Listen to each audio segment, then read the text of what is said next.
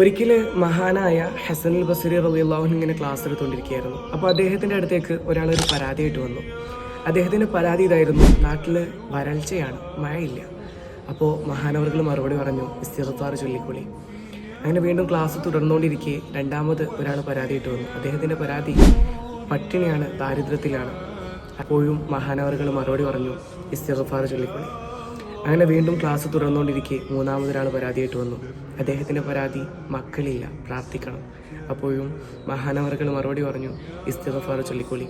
ഇത് കേട്ടപ്പോൾ കൂട്ടത്തിൽ നിന്നൊരാൾ എഴുന്നേറ്റ് ചോദിച്ചു, അല്ല തങ്ങളെ, നിങ്ങളെല്ലാവരോടും ഇസ്തിഗ്ഫാർ ചൊല്ലാനാണല്ലോ പറഞ്ഞിട്ടുള്ളത്, അതെന്താ അങ്ങനെ ചോദിച്ചപ്പോൾ മഹാനായ ഹസനുൽ ബസരി റളിയല്ലാഹു അൻഹു മറുപടി പറയുന്നുണ്ട്, സൂറത്തു നൂഹിലെ അള്ളാഹു തന്നെ ഈ കാര്യം പറഞ്ഞിട്ടുണ്ട്. ഇസ്തിഗ്ഫാർ എല്ലാത്തിനൊരു പരിഹാരമാണ്.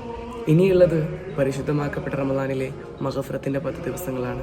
ഇസ്തിഗ്ഫാർ ചൊല്ലുന്നതുകൊണ്ട് നമ്മുടെ പാപങ്ങൾ പടച്ചവൻ പുറത്തുതരികയും ചെയ്യും, നമ്മുടെ കാര്യങ്ങളൊക്കെ പടച്ചവൻ നടത്തി തരികയും ചെയ്യും ഇൻഷാ അല്ലാഹ്. അതുകൊണ്ട് ഇസ്തിഗ്ഫാർ ചൊല്ലിക്കോളി, പടച്ചവനോട് പൊറുക്കലിനെ ചോദിച്ചോളി ഇൻഷാ അല്ലാഹ്. ഓക്കെ, എന്നാൽ അസ്സലാമു അലൈക്കും.